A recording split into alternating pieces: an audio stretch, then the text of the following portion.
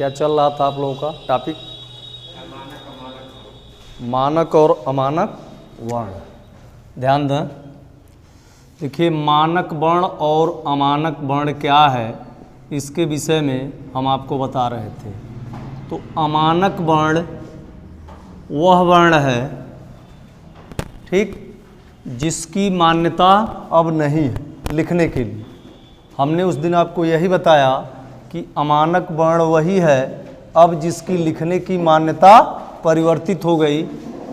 देखिए जैसे आपके सामने लॉ ऐसे लिखा होते हैं, लॉ के बाद आप झ लिखते हैं, इस तरह से लिखा हुआ पाते थे, और झ के बाद ख पहले आप इस तरह से लिखा हुआ पाते थे, ठीक है ना। तो ये रूपरेखाएं क्या हो गई, अब परिवर्तित हो गई और पहले इस रूप में थी। तो पहले इस रूप में थी तो ये अमानक हो गया, क्योंकि इसके लिखने का प्राविधान जो था वह पहले इस रूप में था, ठीक है ना। तो इसकी परिभाषा जब आपको व्यक्त करना पड़ेगा तो यही बताना है यहाँ कि अमानक वर्ण का अर्थ है कि वे वर्ण जिसकी अब लिखने की मान्यता नहीं मानी गई वो अमानक वर्ण कहलाते हैं। क्या कहलाते हैं? अमानक वर्ण। और मानक वर्ण क्या है, तो यानी अब मानक वर्ण में जिसको हम मान्यता दिए हैं लिखने के लिए वह कहलाया मानक वर्ण। तो जैसे लॉ की आकृति बदल गई, पहले लॉ इस रूप में लिखा जाता था, झ इस रूप में लिखा जाता था, ख इस रूप में लिखा जाता था। आई बात समझ में? अब इसको हम परिवर्तित किए, लॉ इस रूप में लिख रहे हैं और लॉ के बाद झ को हम इस रूप में लिख रहे हैं और ख को हम इस रूप में लिख रहे हैं, तो परिवर्तन आ गया। अब परिवर्तन का मतलब इतना ही परिवर्तन आपका ये मानक खंड में आ गया। तो इसकी परिभाषा बनती है कि जिस खंड में अब लिखने की इसकी मान्यता बन गई यह मानक कहलाया, और जिसकी लिखने की मान्यता अब नहीं मानी गई वो अमानक कहलाया, ठीक है ना। इसको नोट कर लीजिए, इसकी परिभाषा नहीं लिखना है, इसमें केवल यही देख करके आपको नोट करना है। एग्जाम में मानक और अमानक वर्ण ही पूछेगा। आई बात समझ में? मानक और अमानक वर्ण हेडिंग डाल करके इसको नोट करें।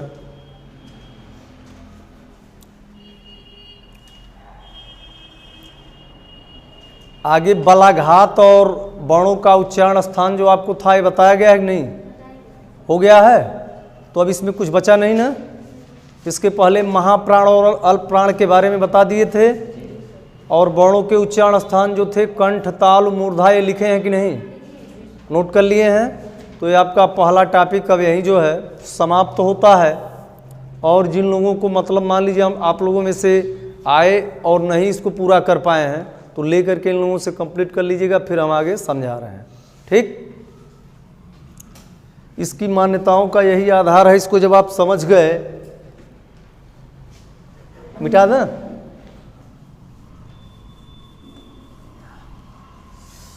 आगे देखिए सेकेंड टॉपिक आपका पढ़ना है शब्द। क्या पढ़ना है? शब्द। अब शब्द क्या है इसके बारे में जानिए। देखिए शब्द की परिभाषा होती है कि वर्णों के सार्थक मेल से शब्द का निर्माण होता है। किसके मेल से? वर्णों के सार्थक मेल से शब्द का निर्माण होता है। या इसको दो खंड में हम बता सकते हैं। पहला तो हमने बताया कि वर्णों के सार्थक मेल से शब्द का निर्माण होता है ना।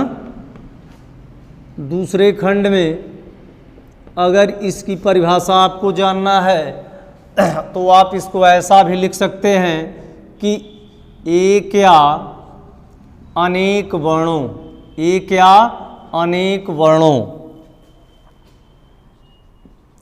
के सार्थक मेल से, एक या अनेक वर्णों के सार्थक मेल से शब्द बनते हैं। क्या बनते हैं? शब्द बनते हैं। अब यहाँ आप प्रश्न करेंगे कि जैसे यह तो आपका प्रारूप सही दिखाई दे रहा है कि वर्णों के सार्थक मेल से शब्द बनते हैं, लेकिन एक या अनेक वर्णों के सार्थक मेल से कैसे शब्द बनते हैं यह जानना थोड़ा सा हमें भ्रम हो रहा है कि एक वह कौन सा वर्ण है जो केवल शब्द का निर्माण कर लेगा। आई बात समझ में? तो ये प्रारूप आपके सामने है। एक वर्णमाला का खंड का जो है ये वर्ण ख है, ठीक, जो शब्द की पुष्टि करता है। किसकी पुष्टि करता है? शब्द की पुष्टि करता है। ख आकाश का पर्यायवाचक रूप है। किसका पर्यायवाचक रूप है? आकाश का पर्यायवाचक रूप है। तो इस प्रमाण से स्पष्ट हो रहा है कि अगर परिभाषा में एक या अनेक वर्णों का प्रारूप मिलता है तो इससे इस खंड में इस शब्द के प्रारूप में आ जा रहा है, तो यह भी परिभाषा सार्थक है। और जो ऊपर आप परिभाषा लिखे हैं तो सार्थक रूप से दिखाई ही दे रहा है कि वर्णों के सार्थक मेल से क्या बनते हैं? शब्द बनते हैं। अगर कहीं भी आपको आकाश के पर्यायवाची का प्रारूप नहीं मालूम है तो ख लिखेंगे, ख माने आकाश होता है। बात समझ में आई?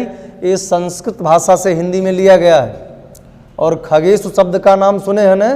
तो ख माने आकाश और गेशु माने आकाश में चलने वाला, आकाशगामी को खगेश कहते हैं, ठीक। तो ख वर्ण केवल लिया गया जिसका अर्थ आकाश होता है। इनके अलावा अगर और सार्थक खंड के शब्द आप लिखते हैं तो जैसे आप सही बने हुए शब्द को नोट करेंगे जिनका सार्थक विच्छेद हो या सार्थक खंड हो।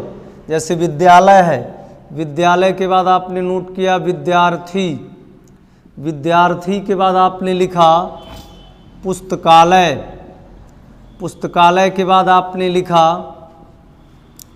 ग्रंथालय आदि ऐसे शब्द हैं, ठीक है, जिनका आप जब विच्छेद करेंगे तो सही इसका विच्छेद भी होता है और सही इसका अर्थ भी निकलता है।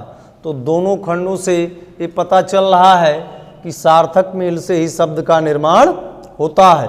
कभी कभी इसमें ऐसे भी शब्द आ जाते हैं कि सार्थक के साथ निरर्थक भी जुड़ जाते हैं, उनके अर्थ नहीं बनते हैं लेकिन सार्थक और निरर्थक की पहचान उससे हो जाती है। जैसे आपने लिखा खाना, सार्थक शब्द है, खाना के साथ आपने मिलाया वाना, रोटी, ओटी लिखते हैं ना, चाय, वाय। अगर इस खंड का शब्द आप लिखते हैं तो आप सार्थक यह बोल रहे हैं, इस सार्थक के साथ आप निरर्थक शब्द को भी देख रहे हैं, लेकिन इस सार्थक के साथ केवल लिखा गया है, इसका कोई अर्थ नहीं बन रहा है। बन रहा है, लेकिन यहाँ बोलचाल की भाषा में हम कभी कभी ऐसा शब्द लिखते और बोलते हैं बोलने के प्रचलन के आधार पर। बात समझ में आई? लेकिन इसमें सार्थक यही है, ये निरर्थक है जिसका कोई भावार्थ नहीं है। और जब सही शब्द हम बना रहे हैं तो इस तरह से प्रदर्शित करेंगे क्योंकि इसका अर्थ दिखाई दे रहा है। अगर विद्यालय लिख रहे हैं तो विद्या का घर, विद्यार्थी लिख रहे हैं तो विद्या को ग्रहण करने वाला, पुस्तकालय लिख रहे हैं तो पुस्तक का घर, है ना। और यह भी एक प्रमाण आपके सामने मिल गया। कहीं भी कोई प्रश्न पूछेगा तो सीधे आप जवाब दे सकते हैं कि एक का मतलब कि ख अकेला वर्ण है जो आकाश का पर्यायवाचक है। क्यों पर्यायवाचक है? तो इसका आशय आप बता देंगे, ये संस्कृत भाषा का शब्द है जो हिंदी में लिया गया है आगत वर्ण के रूप में, जिसका अर्थ क्या बताया गया? आकाश। समझ गए? इसके बाद आप नेक्स्ट पॉइंट पर इसके चलेंगे। समझ में नहीं आ रहा क्या? नेक्स्ट पॉइंट है आपका शब्दों के वर्गीकरण का आधार। शब्दों के वर्गीकरण का आधार है ना। तो यहाँ जो है जब लिखेंगे तो यही क्लियर है कि शब्दों के वर्गीकरण का 4 आधार है। कितना है? 4 आधार है। नंबर 1 है उत्पत्ति या स्रोत का आधार, उत्पत्ति या स्रोत का आधार। तो उत्पत्ति और स्रोत एक ही बात है। स्रोत माने भी उत्पन्न होना होता है और उत्पत्ति माने भी उत्पन्न होना होता है। इनके आधार पर 5 प्रकार के शब्द होते हैं। कितने होते हैं? 5 प्रकार के शब्द होते हैं। नंबर 2 है रचना या बनावट का आधार, रचना या बनावट का आधार, है ना। तो रचना या बनावट के आधार पर हम 3 प्रकार के शब्द को पढ़ते हैं। कितना? 3 प्रकार के। फिर तीसरे खंड में आ जाएंगे, यह है अर्थ का आधार। क्या है? अर्थ का आधार। तो अर्थ के आधार पर हम 4 प्रकार के शब्दों को पढ़ते हैं। ठीक। फिर हम चौथे खंड में चलेंगे। चौथा है प्रयोग या विकार का आधार, प्रयोग या विकार का आधार। इनके आधार पर 2 प्रकार के शब्द होते हैं। आई बात समझ में? अब वह शब्दों के क्या क्या प्रारूप हैं, इनको पहले हम जानेंगे। तो सबसे पहले पॉइंट आपके सामने है उत्पत्ति या स्रोत का आधार, उत्पत्ति या स्रोत का आधार। इसमें नोट करेंगे उत्पत्ति या स्रोत के आधार पर 5 प्रकार के जो शब्द हैं। खंड क है तत्सम शब्द। क्या है? तत्सम शब्द। आपको पहले से पता होगा तत्सम शब्द क्या है ना। तत्सम शब्द की परिभाषा होती है कि वे शब्द जो संस्कृत भाषा से हिंदी में वैसे ही लिखे जाएं, उन्हें क्या कहते हैं? तत्सम शब्द। या दूसरे रूप में इसकी परिभाषा आप जानेंगे तो सीधे लिखेंगे कि तत्धन सम, तत्धन सम से मिलकर तत्सम शब्द बना। क्या बना? तत्सम शब्द बना, जिसका अर्थ है तत् माने उसी और सम माने समान, सम माने समान, यानी उसी के समान शब्द को क्या कहते हैं? शब्द को तत्सम शब्द कहते हैं, है ना।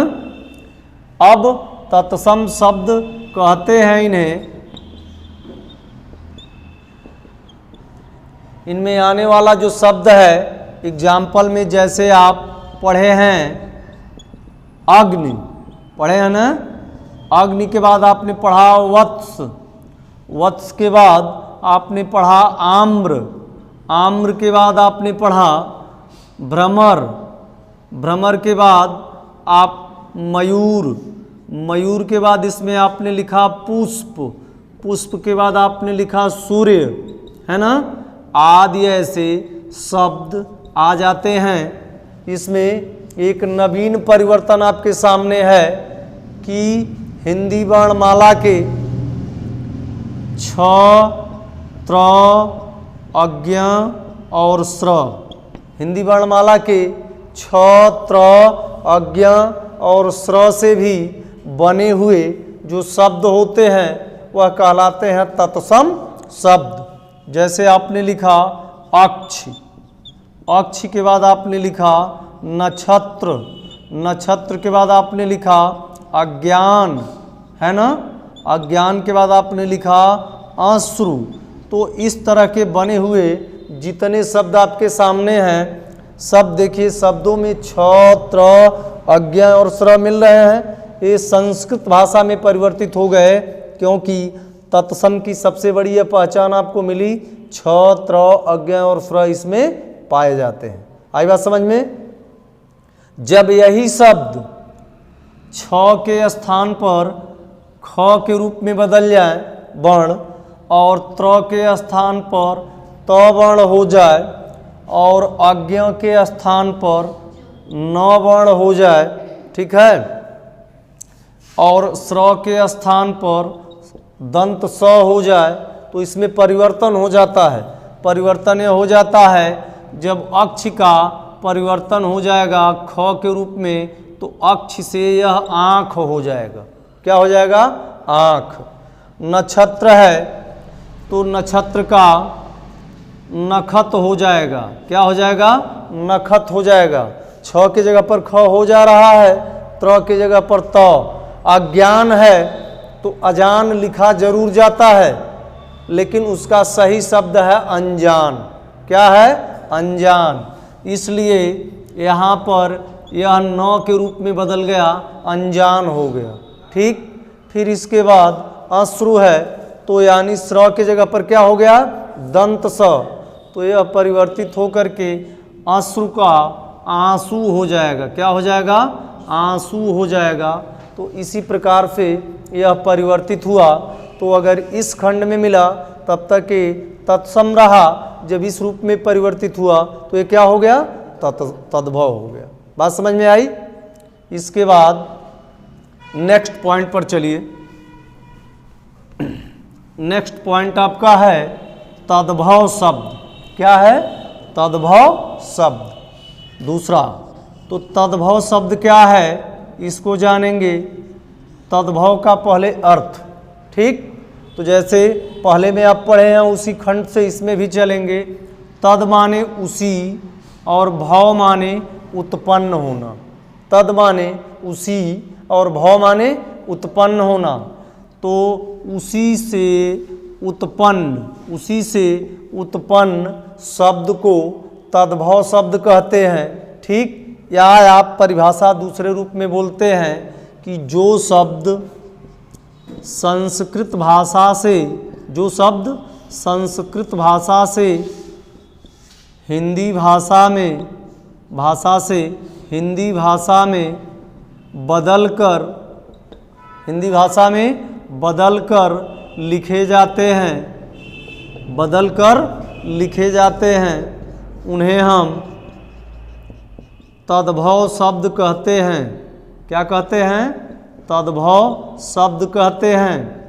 अब कैसे कहा जाता है यह आप ध्यान दीजिए। सबसे पहले आपको शब्दों को ढूंढना होगा। आई बात समझ में? तो शब्द जैसे उसमें आप पढ़े, अग्नि पढ़े हैं तो अग्नि तत्सम है, तो इसका जब तद्भव बनाएंगे तो आग हो जाएगा। क्या हो जाएगा? आग। वत्स है तो वत्स माने बच्चा या बेटा होता है। ठीक है। तो ये तद्भव हो गया। फिर आपने उसमें भ्रमर पढ़े या आम्र पढ़े तो आम्र का इसमें आम हो जाएगा, और भ्रमर है तो उसका भौरा हो जाएगा। और यदि उसमें आप मयूर पढ़े तो इसमें मोर हो जाएगा। और पुष्प है तो पुष्प का फूल हो जाएगा। और फिर आपने उसमें सूर्य पढ़े तो सूर्य का सूरज हो जाएगा। क्या हो गया? सूरज हो गया। तो ये सब तद्भव के रूप में परिवर्तित हो गए। और जो खंड के शब्द छत्र अज्ञा से परिवर्तित हुए उसको हमने पहले ही बता दिया कि अगर छ की जगह पर ख आ जाएगा तो तत्सम से तद्भव हो जाएगा। अगर त्र से त आ जाएगा तो तत्सम से तद्भव हो जाएगा। और यदि इसके अलावा अज्ञा की जगह पर न वर्ण आ जाएगा तो तत्सम से तद्भव हो जाएगा। और यदि स्र के स्थान पर स आ जाएगा तो तत्सम से तद्भव हो जाएगा। ये इसका मूल परिवर्तन है। एक नवीन रूप में और मिटा दें इसको। एक नवीन परिवर्तन इसका है कि अगर ऐसे खंड के शब्द प्रायः मिलते हैं तो वह इसी रूप से बदल दिए जाते हैं। तो दो खंड आपको हमने समझाया इसमें। पहला तत्सम, दूसरा तद्भव। तीसरा खंड है देशज शब्द। क्या है? देशज शब्द। तो देशज शब्द की परिभाषा होती है देश धन ज। देश धन ज। देश माने अपना देश और ज माने उत्पन्न होना। अपने देश में उत्पन्न शब्द को ही क्या कहते हैं? अपने देश में उत्पन्न शब्द को ही हम कहते हैं देशज शब्द, क्या कहते हैं? देशज शब्द, ठीक है, देशज शब्द कहते हैं। अब इनमें आने वाला जो शब्द रहेगा वह यानी प्रचलित जो हम बोलते हैं वही शब्द हैं। जैसे आपने लिखा पगड़ी, लाठी, है ना, झोला, झोला के बाद आपने पढ़ा डिबिया, डिबिया के बाद आपने लिखा लाठी, हो गया लोटा, लोटा के बाद आपने पढ़ा ढेबरी, है ना, आदि ऐसे शब्द हैं। ये सभी किस में आते हैं?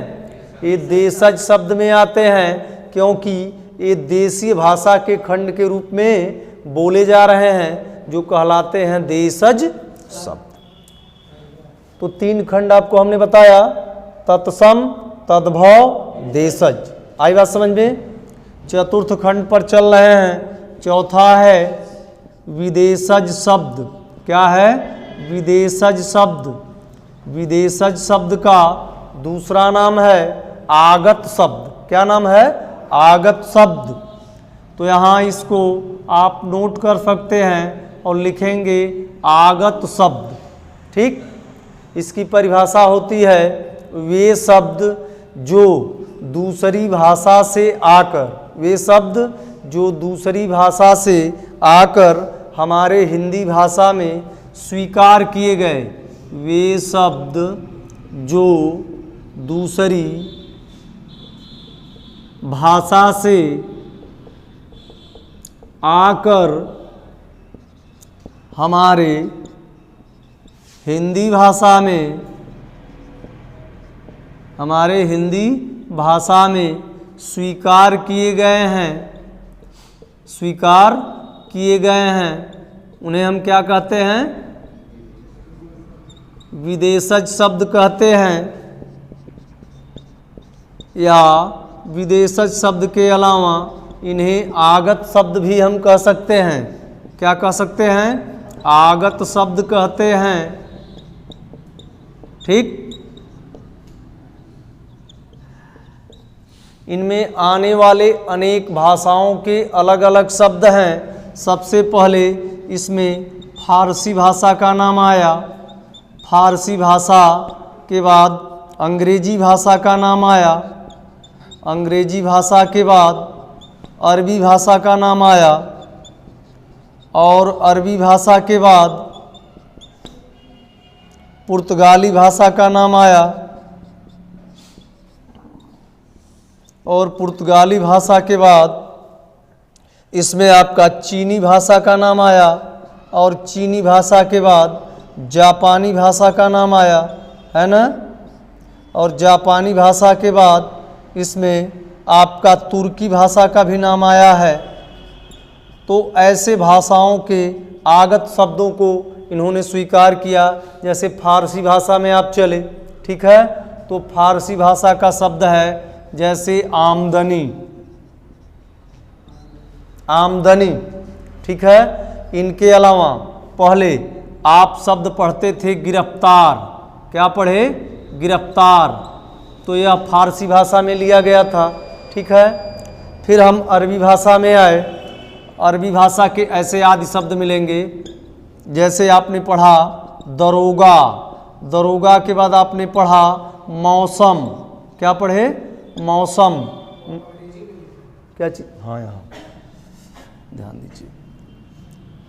अंग्रेजी भाषा का नाम है, तो अंग्रेजी भाषा में जैसे डॉक्टर, डॉक्टर के बाद आपने पढ़ा स्कूल, स्कूल के बाद आपने पढ़ा स्टेशन, स्टेशन के बाद आपने पढ़ा इसमें पोस्ट कार्ड, नाम पढ़े हैं ना। पोस्ट कार्ड के बाद आपने पढ़ा डिग्री, डिग्री ना, तो ये भी इसमें आ गया। ऐसे आदि शब्द इसमें सम्मिलित किए गए। अरबी भाषा में चले तो अरबी भाषा में आपका नाम आ गया, जैसे बताए थे दरोगा, दरोगा के बाद आपने लिखा मौसम, मौसम के बाद आपने लिखा वारिस। अब ध्यान दीजिएगा, वारिस और बारिश दो शब्द होते हैं। तो बारिश, बारिश जो होता है वह वर्षा को कहा गया, और जहाँ पर वारिस आया, वारिस आप किसको कहेंगे? नामनी को कहते हैं। ठीक है ना, कि जैसे पूछा जाता है आपका वारिस कौन है, तो जो आपका नामनी होता है आपके न रहने के बाद। आदि ऐसे शब्द इसमें आए हैं। फिर इसके बाद पुर्तगाली भाषा में चलेंगे। जैसे आपने पढ़ा अलमीरा, है ना, अलमारी बाद में हिंदी में कहा गया है, पहले वह अलमीरा के रूप में कहा गया है। इसके अलावा और बोलेंगे हम अलमीरा जो है यह पुर्तगाल के भाषाओं से लिया गया, जब रोमन लिपियों में बदला गया, ठीक है, अंग्रेजी भाषा की जो लिपि है, तो पहले जहाँ से लिया गया है उस रूप में आप बोलेंगे। जब शुद्ध हिंदी में लिखेंगे तो यही अलमीरा अलमारी हो गया। बात समझ में आई? इसके अलावा कौन से शब्द और इसमें आते हैं? हाँ, पिस्तौल भी आ जाएगा। इसके अलावा कारतूस किस भाषा का शब्द है? हाँ, तो कारतूस भी इस भाषा का शब्द है। आदि बोलिए, बता रहे, पहले नोट कर लीजिए। चीनी भाषा पर चले, चीनी भाषा के खंड में चले, जैसे चाय, क्या है? चाय। चाय के बाद आपने पढ़ा लीची, लीची के बाद आप पढ़ते हैं तूफान, पढ़े हैं ना? तूफान के बाद शब्द है पटाखा, क्या है? पटाखा। आदि ऐसे शब्द हैं, यह आपके चीनी भाषा से परिवर्तित किए गए हैं। जापानी पर आएंगे। जापानी के कम शब्द हैं, जैसे रिक्शा का नाम सुने हैं? जापानी भाषा का शब्द है। सुनामी शब्द का नाम सुने हैं? सुनामी जापानी भाषा का शब्द है, इसके कम शब्द लिए गए हैं। फिर आप तुर्की पर आ जाएंगे। तुर्की का शब्द बोलेंगे, जैसे कुर्ता, पढ़ते हैं ना? कुर्ता के बाद कैंची, है ना? ऐसे कम शब्द हैं। कैंची के बाद आदि ऐसे और शब्दों को स्वीकार किया जाएगा, लिखवाएंगे आगे। अब आपके कहने का मानक था कैसे इसे हम पहचानेंगे। आप एक विशेष बातों को जानते हैं कि जब हम तत्सम और तद्भव को पढ़े तो तत्सम और तद्भव में भाषाएं और लिपियों दोनों का अध्ययन हमने किया।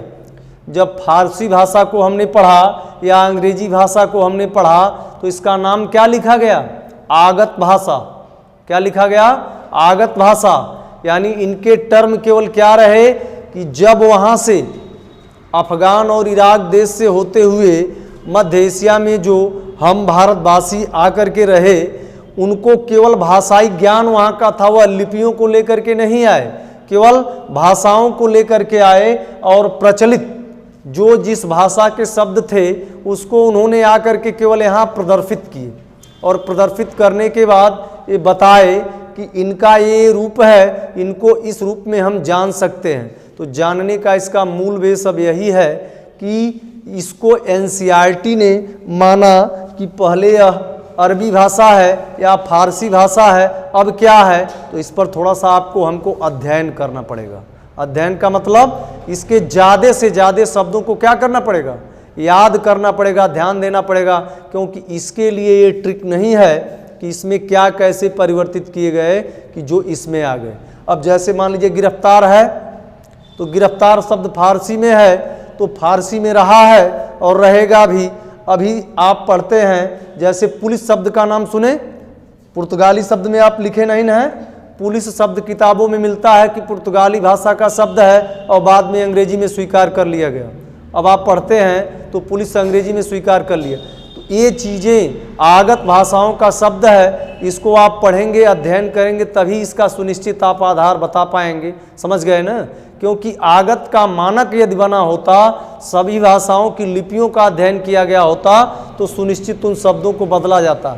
जहाँ आप बदल पाते हैं वहीं बदलते हैं। अब फारसी और अरबी कुछ टकराते हैं, फारसी और अरबी कुछ टकराते हैं, तो फारसी भाषा का जो शब्द अरबी में आ गया है, अब उसे फारसी में रहने की मान्यता नहीं दे दी गई है, अब वो अरबी में है, तो इसको एनसीईआरटी माना है। एनसीईआरटी जिसको माना है उसी के अनुरूप हम उसको संशोधित ढंगों से पढ़ करके, अध्ययन करके, विगत वर्षों के क्वेश्चन पेपरों को देख करके ही तैयार करते हैं। पुस्तकों को देख करके तैयार करते हैं, क्योंकि इनका मानक क्या है कि इसी आधार पर है। समझ गए ना? तो इनको अब इस तरह का ट्रिक आप नहीं खोज पाएंगे कि इनसे लिया गया है। लेने का आधार क्या है कि भाषाई ज्ञान पर अलग अलग आपको बता दिया जाएगा कि इतने शब्द इस भाषा के हैं, लेकिन उसके लिए थोड़ा सा आपको अध्ययन करना पड़ेगा। बिना अध्ययन के आप नहीं तैयार कर सकते हैं। तत्सम तद्भव ही हैं, तो आप छ, त्र, अज्ञ और स्र से बने हुए शब्द को पहचान लेंगे। उनके अलावा जो शब्द हैं, अभी अगर आप अध्ययन करना छोड़ दें तो आपको नहीं पता रहेगा कि ये तद्भव है या तत्सम है। जैसे आप शब्द पढ़ते हैं उज्ज्वल, या इसके अलावा आप शब्द पढ़ते हैं अंधकार, इसके अलावा शब्द पढ़ते हैं अमावस, है ना? किस भाषा का शब्द है या किससे लिया गया बताएंगे? अंधकार किसका शब्द है? तत्सम। उजाला किसका शब्द है? उजाला, उजाला हिंदी में किसका शब्द है? यह हम क्या पूछ रहे हैं कि किसका शब्द है, किस खंड का है? तद्भव है। तो जिनका रूपांतरण आप जान रहे हैं उनको आप परिवर्तित कर ले रहे हैं, लेकिन जहां नहीं रूपांतरण आप जान रहे हैं वहां आप सस्पेंस में पड़ जा रहे हैं। तो अध्ययन इस पर करना पड़ेगा। बात समझ में आई? अधिक से अधिक शब्दों का ज्ञान हम करा देंगे। 35,000 से अधिक शब्द फारसी भाषा का हिंदी में स्वीकार किया गया है। 25,000 से अधिक शब्द अरबी भाषा का स्वीकार किया गया है। 30,000 से अधिक शब्द अंग्रेजी भाषा का स्वीकार किया गया है। तो इसको तो आपको थोड़ा सा मुख्य बिंदुओं को तो अध्ययन करना ही पड़ेगा कि कहाँ से लिए गए हैं, क्योंकि भाषाई ज्ञान जब आपको पढ़ाया जाएगा तो इन सभी भाषाओं के समावेश को वहाँ बताया जाएगा। ठीक है ना? तो इस तरह से इसके अध्ययन हो पाएंगे। इसका और कोई ट्रिक नहीं है कि इसको इस ट्रिक के आधार पर आपको बदल कर बता दिया जाएगा। लिखना पड़ेगा अलग अलग। ये विदेशज शब्द इसी नाते इसका नाम है। तो 4 बिंदुओं पर हमने आपके चर्चा किया: तत्सम, तद्भव, देशज, विदेशज।